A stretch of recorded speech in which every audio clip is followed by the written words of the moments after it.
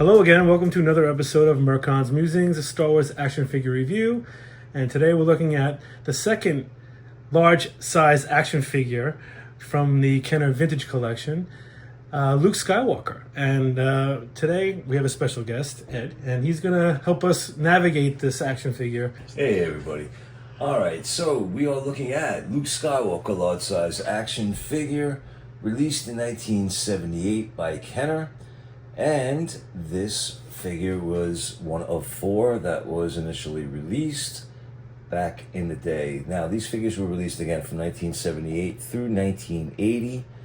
And we can look at the box and see that it says that you can create the fun and excitement of Star Wars with posable Luke Skywalker action figure. Now, when we speak about the posability of this figure, we have your basic 5 points of articulation where Luke can twist his head from left to right. His arms can lift up and down. His legs do lift up and down as well. And there is limited posability within the knees. So it's actually 7 points of articulation. I apologize for that. He does come in clothes that you could remove if you wanted to, but really no point in doing so.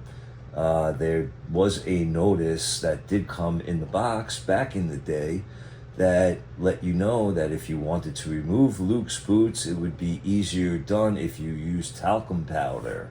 And this way they would slip off easier. But I never tested that theory, so yeah, there you have that. But if we look at the back, we see it says lightsaber, to fight Darth Vader, or rescue Princess Leia. And then we also have a grappling hook, but it says, note, Luke can swing on his grappling hook when you tie cord around his hand. So, yeah, the grappling hook helps Luke swing to safety.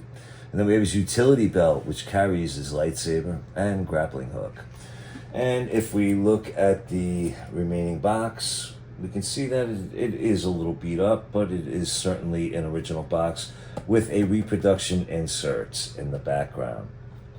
And when we look at the figure itself, the figure does come with his grappling hook and his lightsaber. And when we look at the lightsaber, if I take it off his belt, the lightsaber can not be detached from the hilt. It's a tiny blade on a huge hilt. You'll notice there is a handle there for the hand to fit in, which also unfortunately causes marks on the hand of the figure.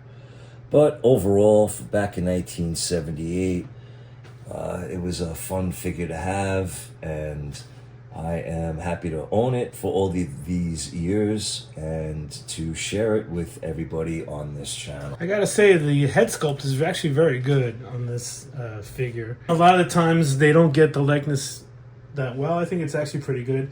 And I'm always wondering, I saw this as a kid, why didn't they give him a blaster of some sort? I've always was wondering about that. Yeah.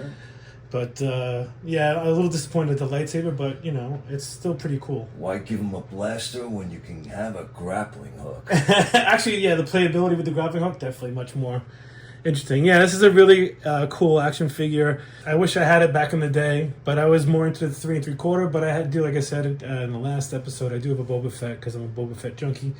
But I really enjoy these action figures. Anything that's vintage Star Wars, it warms my heart. It brings back a lot of good memories. And I love looking at these things. So this is a treat to have here because I never got these. So thank you for bringing this along.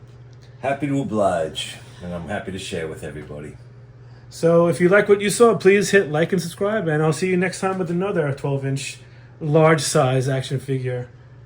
See you next time.